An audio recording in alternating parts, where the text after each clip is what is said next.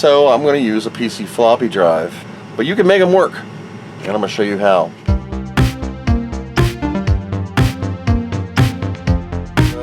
What we're going to be doing today is I want a new drive here, and they don't really make new drives for the Commodore Amiga anymore. So I'm going to use a PC floppy drive. People are like, whoa, whoa, whoa. A PC floppy drive. You can't do that. PC floppy drives are different than Amiga floppy drives. I know, but you can make them work, and I'm going to show you how. So let's look at a PC floppy drive here. Whoop. I've already taken the lid off of one. Actually two. I bought two so I can screw one up. They have the normal 4-pin Berg. That's what that connector is called. And a 34-pin floppy connector. They have the little notch out. And I broke this board. Well, I bought it kind of snapped. And this is my test board. So I wanted to find out what is different. Well, on the PC floppy drive, pin 2 here, and they're all labeled, so 1, 2, 33, 34. So pin 1 here and pin 2, well, pin 2 on this one needs to go to 34 because we got to flip 34 and 2, because pin 2 on this one is my ready signal, and on an Amiga pin 34 is the ready signal. And on the PC we're just gonna make a new jumper, and pin 34 goes to pin 5 on the controller chip. So what we're gonna do is, and I did this, and you can see here, I scratched out pin 34 and I figured out which pin it goes to, pin 5. So I just count 1, 2, 3, 4, 5. And we're going to need to remove this pin right here and just unsolder it from the board and lift it up. From there, we're going to take pin number 2 here, 1 and 2. You can see this board is snapped, so this is a junk test board. The live board we're going to be doing is an exact identical floppy drive. So we're going to be using some of this micro wire here, and we are going to go from pin 2 here, and we're going to make a connection to this pin 5 over here on this chip. Just like that. Dink! We'll lift this leg up and solder it on. We have to break the connection off of its contact pad, because the contact pad runs over here to 34. And then on pin 34 here, because we're breaking 34 off of here and we're flipping it, so now pin 2 will be going to this pin 5 instead of 34, so that'll flip it. So this becomes this 34 will go to pin 2, and this one needs to go to ready. And ready is actually a jumper right here labeled RD on the board, so I can just run another wire right to here. Since we're disconnecting this run, this is dead, this will be now this, and this will go to ready. Now there's another jumper on a PC floppy drive that is different than Amiga floppy drives. Some of these have jumpers, but this particular floppy drive has solder blobs. You'll see right here it's DS1, DS0, and DNS. Not domain name server. So right now it's set in DS1. I'm going to blob this to DS0. As you all know, that's the DFO setting. I might leave it DS1 for now. I'm not sure. I'm going to try it first on DS1, and if I need to, I'll braid this free. It is 2 contact pads, north and south, and you bridge them in the middle. And I will bridge DS0 if it does not work. This floppy drive is an Alps Electric DF354H090F. It doesn't matter. The other drive, the other drive is an Epson SMD 300. It doesn't matter what the circuit board layout looks like. It doesn't matter if it has a Berg on this side and floppy on this side. Principle's the same. 134 You're going to flip 2 and 34, and this one has jumpers for DS0, DS1, DS2, DS3, and something else. So like I said, it doesn't matter what your board is.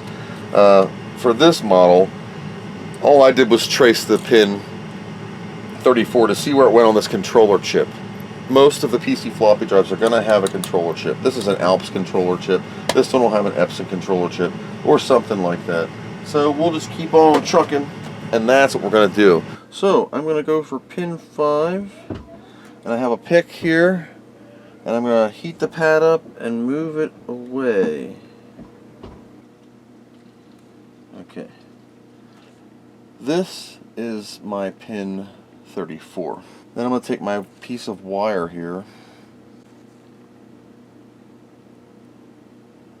I'm going to solder this into 34. Whoops.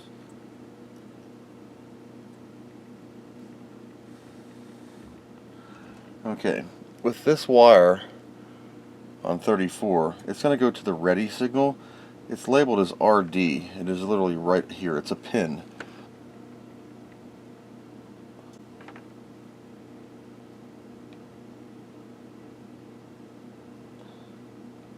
There. So, you can see here, the wire on 34 goes over and goes to RD. And now,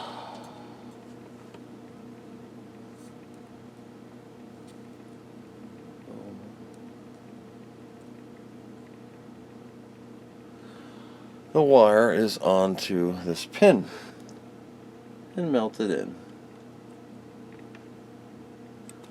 And that is that.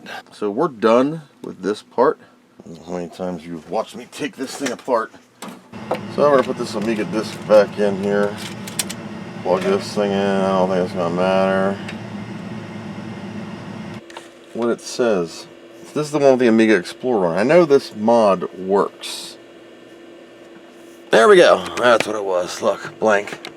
On this disc is Amiga Explorer. Boom! Alright, now, with both in view, so you know I'm not messing around, let me back this camera up a little bit. Okay, so, I'm going to eject this. I'm going to put install 314 in. Oops. Okay, there's install 314 right here, opening. Now the head's working. The damn motor was all messed up. So, let's take another disc out. Let's do something else. I got a pile of discs right here. So you know it works. Alright, so pick one. Let's see. We did install. Let me launch Virus Z, because I don't, where's Virus Z? I'll use Virus Executor. That's the one that screams at you. Ah!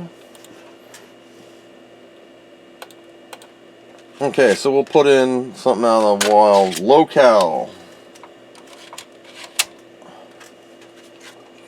Should have left that damn thing DF1.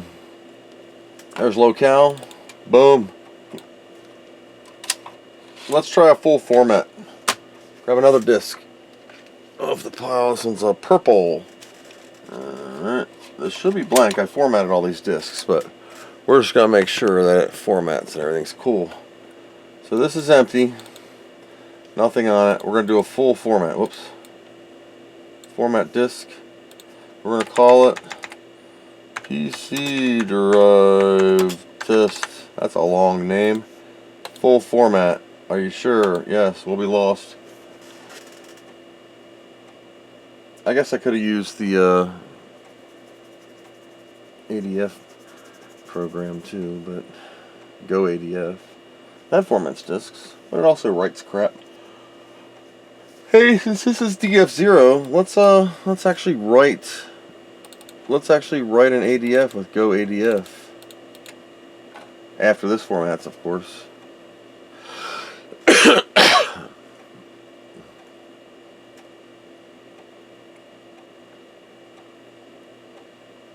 So PC drive or not, it's still slow. I was going to grease this track. Alright. So So now that it's had its diaper cream, let's write like gods or something to it. So here's gods ADF. We're gonna write it to disk to ADF. No, open gods 1, and we're gonna do image to disk. We're gonna choose DF0, PC drive disk, write image to disk. All right. So what we're doing is we're watching the cylinders, and we could watch the drive too.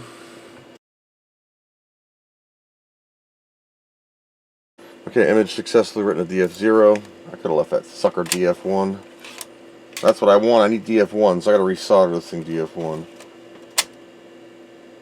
Okay, we're going to choose that, close that. We're going to say Gods USA disk 2, image to disk, write image to disk. Yes, both disks. Alright, so we got 0 and 1. So I'm going to flip this to 0, and we're going to reboot the Amiga to see if this rolls God's demo. I don't have any speakers hooked up, but I can sing you the wonderful song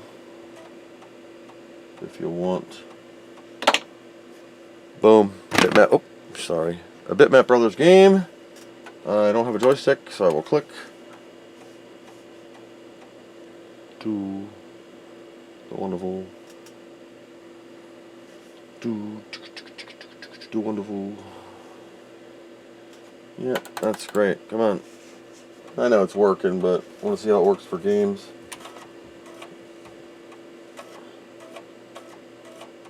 Wow, that thing roll. Look at that.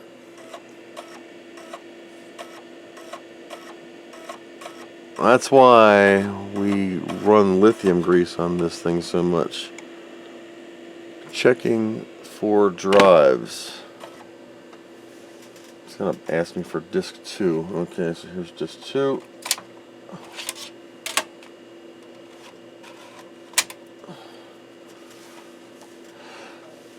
Okay, begin quest. I have an old Sega Master System joystick. Loading level 1.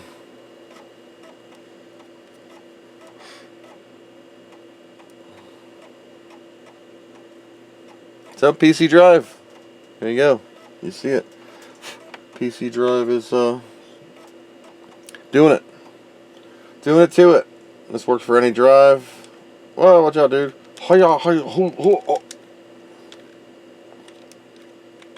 Where's my sword? Turning this off. That works perfectly. So I'm going to make this DF1 again now that my stepper motor is working by removing the solder blob from DS0 to DS1 and making it DF1 again, which is what I actually needed because my DF1 is kind of pooey. That is how you convert a PC floppy drive model Alps DF354 H090F 880K, well 1.4 meg PC floppy drive to an 880K Amiga drive by flipping pins 2 and 34, or 2 in this case, 2 and 34, 34 to ready, 2 to where 34 came from on the board. That's it. Thanks for watching, and I hope you learned something.